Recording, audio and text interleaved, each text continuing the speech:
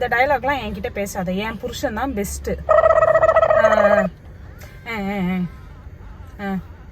சும்மா 2 ட்ரெஸ் எடுத்ததுக்கு இவ்வளவு சீன் போடுறியே.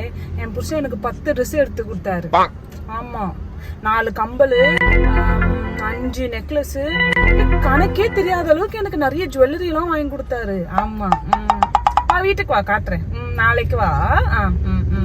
சரிடி, பாய்டி. டேய் மாமா. Yes baby. வண்டி திருப்புடா. எதுக்கு? 10 ட்ரெஸ் எடுத்தாதானே நீ பெஸ்ட்னு காட்ட முடியும்.